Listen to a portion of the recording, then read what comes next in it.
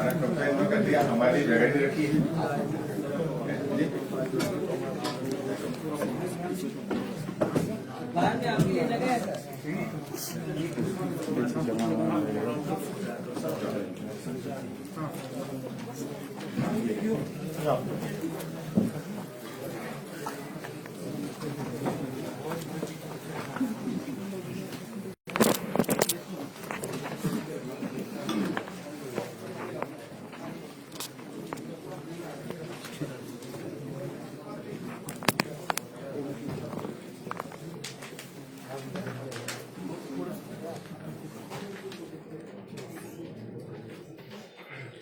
सब सेटल है।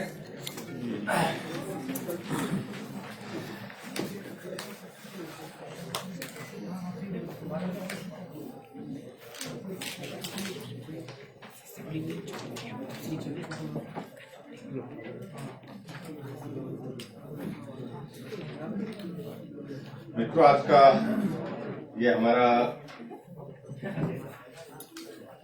जो बजट प्रस्तुत किया हमने वर्ष 2021-22 के, तो बहुत सारी चीजों को लेकर के तो जो हमने अपने अभिभाषण में इसमें बोला है वो तो हो गया।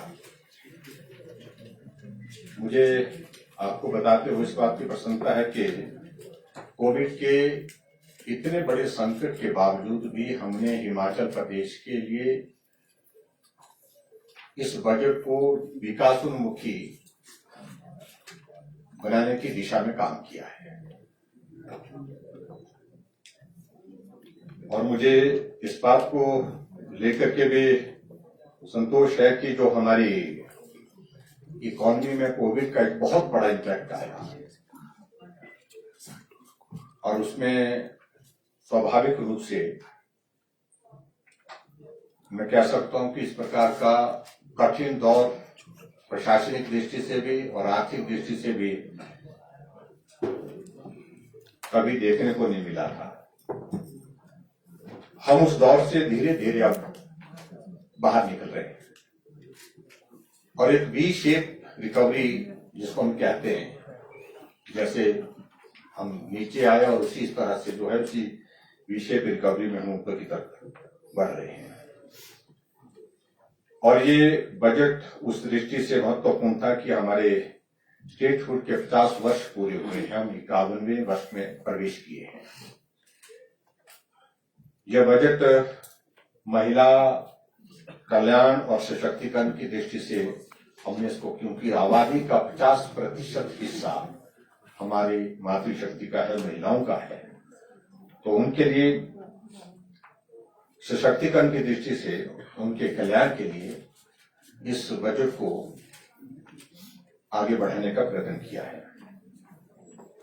स्वास्थ्य के क्षेत्र में जो हमारा इंफ्रास्ट्रक्चर है उसको स्ट्रेंथन करने का और उसके साथ में विस्तार का भी, क्योंकि कोविड के चलते जो हमारे स्वास्थ्य के क्षेत्र में हमने जो कमियां महसूस की, स्टाफिंग से रिलेटेड, इंफ्रास्ट्रक्चर से रिलेटेड, उन चीजों को बेहतर करने के लिए आने वाले समय में इस प्रकार के संकट अगर आ ही जाए तो उसमें हम उसका समाधान उसमें कैसे कर सकते हैं, उस दृष्टि से हमने फोकस किया है। सामाजिक सुरक्षा को फोकस करके और उसको विस्तार दिया है, जिसमें जैसे मैंने बताया कि 70 साल से के ऊपर आयु के लोगों को हमने पेंशन का प्रावधान पहले ही किया था और उसके बाद फिर दूसरे फेज में हमने ये भी किया कि जो हमारे महिलाएं विधवा हैं, हैंडीकैप्ड हैं, उनको 850 रुपये पेंशन मिलती थी, उसको हमने 1000 रुपये पिछली बार कर दिया था और अब की बार और उसमें फर्दर एडिशन करते हुए जो महिलाएं 65 साल की आयु पूरी कर गई है तो उनको आय सीमा में छूट देते हुए 1000 रुपये की पेंशन का प्रावधान उसमें हमने और जोड़ा है और उसमें काफी बड़ा नंबर जो है उसमें उस दृष्टि से आएगा और उसके लिए हमें 55 करोड़ रुपए का जो है वो स्वर्ण जयंती नारी संबल योजना, इस योजना के अंतर्गत 55 करोड़ रुपए का प्रावधान इसमें रखा है। उसी तरह से हिमाचल प्रदेश में मैंने जैसे कहा कि कोई भी आदमी घर के बिना नहीं, मकान के बिना नहीं, लेकिन फिर भी उसके बावजूद अच्छा घर हो, ये सबकी इच्छा होती है, चाहे वो कितना भी गरीब हो, और ये सरकार की ओर से उसमें हम सहयोग कर सके। उस दृष्टि से जहां पूर्व में ये मकानों तो हाउसिंग स्कीम के अंतर्गत जो संख्या हमारी 3 और 4 हजार के बीच में रहती थी एक साल में, एक फाइनेंशियल ईयर में, पिछली बार हमने इसको 10,000 मकान का एक टारगेट के साथ बजट प्रस्तुत किया। कोविड के कारण थोड़ा हमारे काम प्रभावित हुआ, और अब की बार उससे 10,000 से भी उसको ज्यादा बढ़ा करके हमने 12,000 मकान उसमें उपलब्ध कराएंगे। एक और नई योजना की हमने शुरुआत हिमाचल प्रदेश में की कि बेटी की शादी जब होती है तो स्वाभाविक रूप से दूसरे परिवार में जाती है तो बहुत बड़ा परिवर्तन उनके जीवन में होता है। उस दृष्टि से हमने अनुसूचित जाति, जनजाति और पिछड़ा वर्ग के जो बीपीएल परिवार है, उनकी जो बेटियां जिनकी शादी होंगी है, उनके लिए शगुन एक योजना शुरुआत की, और शगुन योजना के अंतर्गत 31,000 रुपए शगुन के रूप में उनको सरकार की ओर से दिया जाएगा। ये भी उस दृष्टि से एक योजना जो है हमने आगे बढ़ करके की है। और उसी प्रकार से बहुत सारी चीजों में मुझे लगता है कि योजनाओं का तो जिक्र आपके पास आ गया, उसमें बहुत डिटेल में जाने की आवश्यकता नहीं है। बीपीएल परिवारों की 2 लड़कियों तक जो है वो 21,000 रुपए जो पोस्ट बर्थ ग्रांट जो है उसको भी जो देने की बात वो भी हमने इसमें कही है। और बहुत सारी चीजें उसमें विस्तार में जाएंगे तो बहुत लंबा धन्यवाद आपके समक्ष में। मैं 2-3 चीजों को लेकर के जरूर कहना चाहूंगा। जो हमने बजट प्रस्तुत किया आपकी बात, जो 50,192 करोड़ रुपए का, अब स्वाभाविक रूप से आप लोगों ने अपने अपने प्रश्न तैयार रखे होंगे करके पूछने की तैयारी कर रहे हैं। मैं कुछ चीजों में थोड़ा सा उसमें एक्सप्लेन करना चाहूंगा। जो हमारी रिसिप्ट है, जो रेवेन्यू का जो रिसिप्ट है हमारे पास वो 37,028 करोड़, अगर इनकी में गलती हो तो मेरे को करेक्ट करते रहना, 37,028 करोड़, 37,028 करोड़। और उसके बाद जो हमारे जो टैक्सेस हैं, होम टैक्सेस रेवेन्यू जो है वो 9,282 crore rupees. Own non taxes revenue जो है वो है 2,754। उसके बाद फिर हमारा share in central taxes 5,524 crore rupees.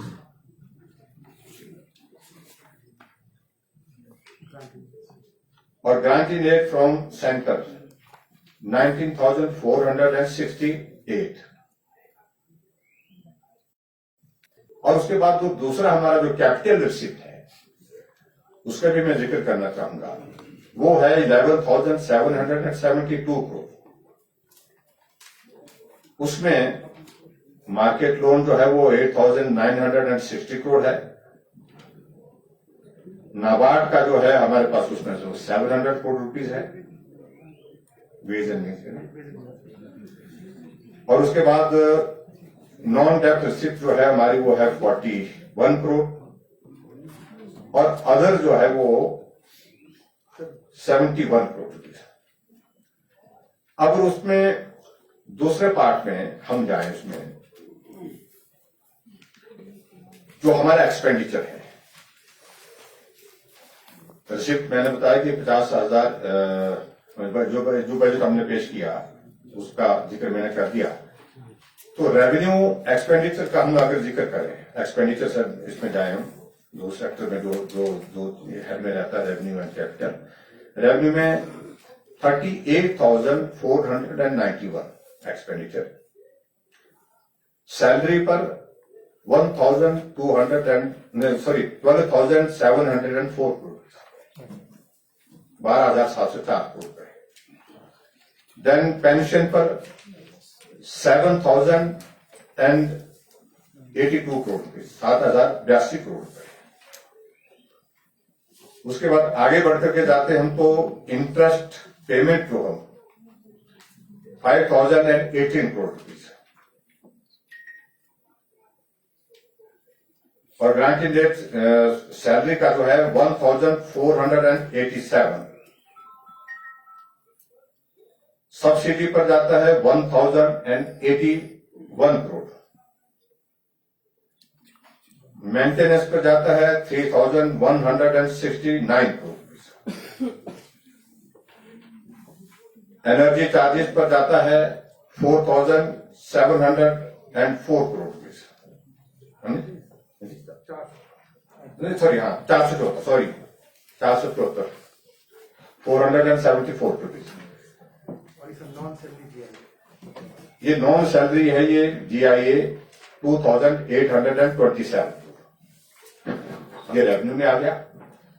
और इसके अलावा जो हमारा कैपिटल एक्सपेंडिचर में 11,701 करोड़ रुपीज, और उसमें मेजर वर्क्स पर 5,618, पब्लिक डेप्ट रीपेमेंट वो 3,334 3334, वेज एंड मीन्स में 2,000 करोड़, लोन एंड एडवांसेस में 354 करोड़, और अदर में 395 करोड़।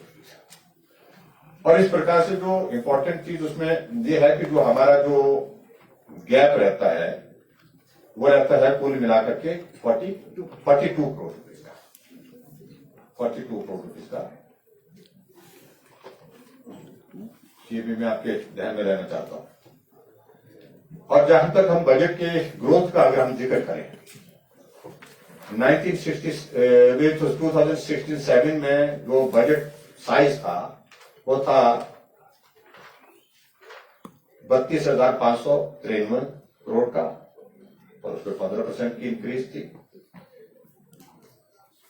17-18 में 35,783 थी, 9.7% की इंक्रीज थे।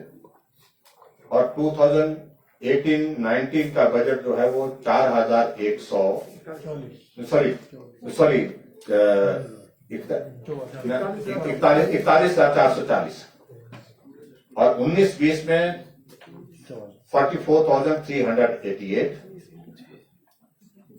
और 20-21 में ये 49,131, और 21-22 का बजट 50,192, यानी कि 32,000 करोड़ से 16-17 से हम बढ़ करके 50,192 करोड़ तक पहुंचे। ये इसके बाद और अगर हम थोड़ा सा उसमें जिक्र करें, जो हमने फोकस होकर के जो पुअर सेक्शन है उस पर जो मदद की है, जिनको हमें पिछले अपने बजट में 3 साल के नहीं, ये हमारी सरकार ने, जिसमें आंगनबाड़ी वर्कर्स को जो हमने लाभ दिया 2,850 रुपीज पर मंथ का है बढ़ोतरी इंक्रीज जो हमारी गवर्नमेंट में आने के बाद कितना 2,850। आंगनबाड़ी जो मिनी आंगनबाड़ी वर्कर्स है उनको 2,200 रुपए का, आंगनबाड़ी हेल्पर को 1,700 रुपए का, आशा वर्कर को 1,750 रुपए का। आपके बजट में शामिल करना है। पंचायत चौकीदार को 1,450 रुपए का लाभ हुआ, सिलाई टीचर को 800 रुपए का, वाटर कैरियर को 1,100 रुपए का, वाटर गार्ड्स को 1,900 रुपए का,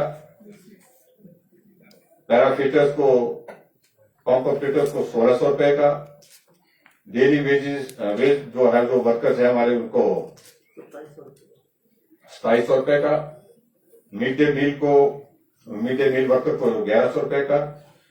यानी जो सबसे उनका मैं जिक्र कर रहा हूं, रेवेन्यू चौकीदार को 1,100 रुपए का, रेवेन्यू के नंबरदार जो जिनको बोलते हैं उनको 800 रुपीज का, IT टीचर को दो कैटेगरी में, एक कैटेगरी में 1690, 102 कैटेगरीज में 1690 और 1927। तो ये मोटे मोटे से हम इसको कह सकते हैं कि 3 साल का हमारा एनुअल एग्रीगेट कितना है ये? मतलब हर एक का मतलब मिला के इंक्लूडिंग ऑल द एम्प्लॉइज। ये पर्टिकुलर उस सेक्शन का जो बहुत कम, जिनको बहुत कम पैसा मिलता है। हाँ, ये दे देंगे जरूर।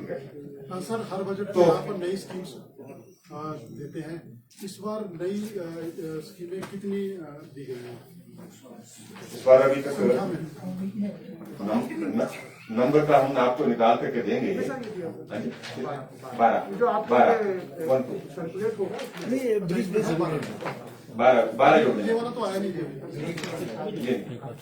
सर, आपने गवर्नमेंट सेक्टर में जो फंक्शनल पोजीशन जब बनने के लिए 30,000 का आंकड़ा दिया है, प्राइवेट सेक्टर में कितने जॉब अवेलेबिलिटीज होंगी जो आपने डिफरेंट स्कीम्स अनाउंस करी है, स्किल डेवलपमेंट के प्रोग्राम्स में है, उसके अंदर मतलब टोटल एक फिगर कितनी रहेगी कि इसलिए हमने अपने सामने जॉब्स देने हैं? प्राइवेट सेक्टर में एक हम बिल्कुल अनाउंस करके फिगर को देना ये बहुत कठिन और जटिल काम है, लेकिन उसके बावजूद भी कि हमारी स्टेट गवर्नमेंट की ओर से जो हमने जो फिगर दी है, जो सरकारी क्षेत्र में जिन लोगों को रोजगार के साधन हम उपलब्ध कराएंगे, तो वो हमने 30,000 का एक टारगेट दिया है। और उसी तरह से प्राइवेट सेक्टर में भी हमारी कोशिश होगी ज्यादा से ज्यादा लोगों को रोजगार दिए। इसमें कोई एक नंबर हमारे पास इकोनॉमिक सर्वे में ना we have given a figure that is there is been a decline in the unemployment rate. So what are we कल के इकोनॉमिक सर्वे में आप देखेंगे। So what are we doing for the economic revival sir? Sir, इससे पहले एक बात और मैं कहना चाहूंगा कि इफ यू लुक, इसमें जो प्राइवेट सेक्टर का जो एम्प्लॉयमेंट है उसको 3 जगहों में आप देख सकते हैं। एक तो रूरल डेवलपमेंट में they have discuss about the Deendayal Upadhyaya scheme and they have given what is the placement. Then when you come to the labor department, they have said that they will be placing 7,000 people in private people. तो 8,000 ये हो गया है। And then स्वावलंबन योजना, उसका industry department का जब आप देखेंगे, और जैसा कि मुख्यमंत्री महोदय ने विस्तार से बताया है कि कौन कौन से हमारे प्रस्ताव केंद्र सरकार को गए हुए हैं, अगर आप बजट स्पीच में पढ़ेंगे तो हर उसमें जो हमारे जो मुख्य कार्यक्रम है, ड्रग पार्क और डिवाइस पार्क, उसके बारे में ये बताया गया है कि how much employment it will attract and also what will be the turnover. So if you put all the 3 together, you will be in a position to roughly work out the private sector. तो ये आपने 7,000 करोड़ का economic deficit है। Sir, मुख्यमंत्री स्वावलंबन योजना में आपने 3,000 आवेदकों को इसके लिए अप्रूव किया है। मैं आपसे अनुरोध करता हूं कि आपको मालूम है कुल आवेदक कितने थे, जिन आवेदकों के आवेदन निरस्त हुए वो कितने हैं, और जो आवेदक 3,000 आवेदक जो आपने पास किए हैं उनमें से कितनों के लिए सब्सिडी अवेल कर पाना संभव नहीं हो पाया है? देखिए, इस तरह से ये नंबर तो एट प्रेजेंट हमारे पास उपलब्ध नहीं, लेकिन बात ठीक है कि बहुत सारे लोगों के उसमें आवेदन आए हैं, और आने के बाद जो है जो नंबर अभी तक जिसको क्लियर हुआ सारी चीजों सारी फॉर्मेलिटी करने के बाद वो नंबर हमने दिया है। लेकिन इतना जरूर है कि इसकी फॉर्मेलिटीज को और सरल करने की दृष्टि से हमने काम किया है। कुछ लोगों के मामले जो बैंक में लंबित पड़े हैं, बैंक के साथ हम टेकअप कर रहे हैं ताकि उन लोगों को लोनिंग में कठिनाई न आए, उसकी मदद करें। ये जो आपने 10,000 10,000 में तो वो total debt for the state government as of now. What is that? Debt burden फतवा नोट ट्रैप। डेट बर्डन की बात कर रहे हैं ना। That burden to debt burden trap तो कुछ नहीं है, there is no debt trap, there is a debt burden. हाँ, टर्मिनोलॉजी में है, टेक्निकल वर्ड चाहिए। 60,500। सर, थोड़ा सा बता दीजिए इकोनॉमिक रिवाइवल के लिए क्या करें, because Covid has really impacted the economy state. क्या स्टेप्स है बजट? देखिए, इकोनॉमिक रिवाइवल ऐसे इसमें जो है मैं कह रहा हूं कि भी निश्चित रूप से फोकस होकर हम काम करेंगे। एक तो एक्सपेंडिचर्स जितने कम किए जा सकते हैं उस दिशा में भी काम करेंगे। रेवेन्यू जनरेट करने के लिए फोकस होकर के काम करने का प्रयत्न करेंगे, और हमारा जीएसटी कलेक्शन इफेक्टिवली जो है उसमें कलेक्शन और बढ़े, उस दृष्टि से भी हम काम कर रहे हैं, हम मॉनिटर कर रहे हैं। हॉर्टिकल्चर सेक्टर हमारा बहुत बड़ा कंट्रीब्यूट करता है, एग्रीकल्चर सेक्टर बहुत बड़ा काम करता है और उस दृष्टि से उसमें और भी ज्यादा जो स्कीमों का हमने आपकी बात जो हॉर्टिकल्चर सेक्टर में इसमें हमने कहा है, तो पर्टिकुलरली जो प्लांट पर जो है वो सब्सिडी का, ये पहली बार मतलब प्लांट सब्सिडी का इस स्केल पर हम लेकर के आए हैं। हाई डेंसिटी प्लांटेशन के लिए इस सारी योजनाओं को आगे बढ़ा करके काम करने की कोशिश करें, लेकिन वक्त लगेगा, इसमें मैं जरूर मानता हूँ। लेकिन फिर भी उसके बावजूद बेहतर ढंग से हिमाचल प्रदेश में इकोनॉमिक रिवाइवल हो हमारा प्रदेश का, ताकि हम डेवलपमेंट की सारी प्रक्रिया को बिना बाधा के आगे बढ़ा सके, उस दिशा में प्रयत्न होंगे। ये ग्राउंड ब्रेकिंग सेरेमनी करेंगे 10,000 करोड़ के लिए, ये बड़ा अचीवमेंट आपका। ये कब हुआ ग्राउंड ब्रेकिंग सेरेमनी? देखिए, जहां तक हमारा हिमाचल प्रदेश में जो प्राइवेट सेक्टर में जो इन्वेस्टमेंट का जो प्लान था, उसमें हम एक पार्ट को हम उसमें किया 13,500 करोड़ रुपए का ग्राउंड ब्रेकिंग किया। उसमें मुझे इस बात की खुशी है कि मोर देन 9,000 करोड़ के लगभग जो मुझे जो जानकारी अभी तक दी गई है, उसके मुताबिक जो है वो काम भी शुरू हो गया। और उसके बाद 10,000 करोड़ की ग्राउंड ब्रेकिंग हमारी जो ड्यू है वो एनी टाइम 1 महीने 1.5 महीने के अंदर हम उसको करने की स्थिति में हो पाएंगे। सर, मैं केवल एक सवाल एम्प्लॉय से रिलेटेड पूछना चाहता हूं, जो इस बजट से रिलेटेड है अभी, और उसकी वजह यह है कि आपका ये चौथा बजट है, एक साल अगला जो बजट है वो अब लास्ट होगा आपके पास। जो क्रॉनिक फाइनेंशियल मसले, उसका अगला भी पेश करेंगे प्रक्रिया के तहत जो अभी तक का जो अभी तक के 5 साल की अगर हम बात करें, तो जो क्रॉनिक फाइनेंशियल इश्यूज हैं, जैसे एनपीएस को आपने टच जरूर किया उसमें एक पैरे में, लेकिन जो दृष्टि पत्र बोल रहा है कि एक कमेटी आपने बनानी थी, वो अभी कुछ नहीं कहा उसमें। दूसरी बात, जो कॉन्ट्रैक्ट के लिए हम एक डीए की फॉर्मेट देते थे कि इंक्रीज का, चाहे वो थोड़ी ही हो, वो भी इस बार नहीं हुआ। कॉन्ट्रैक्ट पीरियड था, उसको भी टच नहीं किया सरकार ने। आगे इसी साल में आपको छठा वेतन आयोग देना है, क्योंकि पंजाब ने 31 मार्च तक एक्सटेंड किया है। तो इन सारी जो देने भुगतान के लिए जो व्यवस्था है, बजट फाइनेंशियली आप किस तरह से इसको मैनेज करेंगे? मैनेज करने के लिए हमारे पास बहुत रास्ते निकल आएंगे, इसमें मैं पूरी उम्मीद करता हूं। लेकिन हम थोड़ा सा इंतजार कर रहे हैं। कर्मचारियों का सीधा हमारा जो है पंजाब केस के साथ जो है वहां पर उनके साथ सीधा जुड़ा रहता है, और संभवतः उनका बजट निकल में परसों है, 8 तारीख का है, उसको इंतजार करेंगे। और उसके हिसाब से मैं महसूस करता हूं, जो हमको जो जानकारी है कि पंजाब की स्थिति भी ऐसी बहुत ज्यादा इस तरह की नहीं है, लेकिन फिर भी जो भी उसके इम्पैक्ट आएंगे उसको हम एग्जामिन करेंगे, देन विल सी दैट भी क्या किया जा सकता है उसमें डेफिनेटली। कितना परसेंटेज इंक्रीज हुआ है? 11%। Is it after learning lesson from the Covid? Covid से बहुत सारी चीजों की जो कमी अनुभव की, हमने महसूस किया, उसको पूरा करने के लिए कोशिश की है, और 11% की जो इंक्रीज उसमें ऊर्जा नीति आती है ना, ऊर्जा नीति जो पिछला बजट आपने प्रोविजन किया था, क्या वही रिटेन किया या नया इसमें किया 1,000 कुछ ग्रीन एयरपोर्ट जो आपका उसमें हमने इंक्रीज किया। पिछली बार फोकस था वो तो ग्रीनफील्ड एयरपोर्ट मंडी के लिए था 1,000 करोड़। अब की बार हमने स्कोप उसमें सारे रखा है, जो 3 हमारी जो एक्सपेंशन के लिए ड्यू है, एक्सपेंशन के लिए हमारी जो प्रोसेस चल रही है, कांगड़ा, शिमला एंड कुल्लू, तो उसमें जो भी पॉसिबल होगी, जहां पहले हमको जरूरत लगेगी, जो पहले चीज हाथ में आएगी वहां खर्च करने की शुरुआत करेंगे। बजट आपने पेश किया है, लेकिन इस साल महंगाई, पेट्रोल, डीजल, एलपीजी सिलेंडर, इन सबके रेट बहुत बढ़ रहे हैं, तो क्या वैट घटाने के लिए कोई विचार सरकार करेगी? बजट नहीं, अभी तक तो नहीं, सारी बातों पर विचार करेंगे। आने वाले समय में, भविष्य में बहुत सारी चीजों को लेकर आपने एक आंकड़ा दिया शुरू में, आपने ग्रोथ बताई बजट की कि इस साल इतना बजट था, उस साल इतना बजट था, तो आपकी जो ग्रोथ है इस बार की कम है, बहुत कम है। पिछली बार 49। डेफिनेटली देखिए, एक बात आप मान के चलिए, कोविड का बहुत बड़ा इम्पैक्ट, और उसके बावजूद भी हमारा बजट उस दिशा में है कि जहां विकास की सारी संभावनाएं हमने उपलब्ध की है। सर, शिक्षा के बजट में मात्र जो है 8 करोड़ की बढ़ोतरी की गई है, क्योंकि स्वास्थ्य की तरह कोरोना ने जिस तरह से जो स्थितियां पैदा की है, शिक्षा में भी जरूरत थी सर उसकी। 8 करोड़ की बढ़ोतरी है मात्र बजट में। देखिए, हेल्थ और एजुकेशन दोनों सेक्टर में इंक्रीज तो की है, इसमें दो राय नहीं है, लेकिन उसके बावजूद हेल्थ सेक्टर एक ऐसा प्रायोरिटी का सेक्टर था जहां पर ज्यादा काम करने की आवश्यकता अनुभव हो रही है, और वो एजुकेशन को भी इग्नोर नहीं किया है, उसमें भी इंक्रीज की है। So thank you very much, thank you.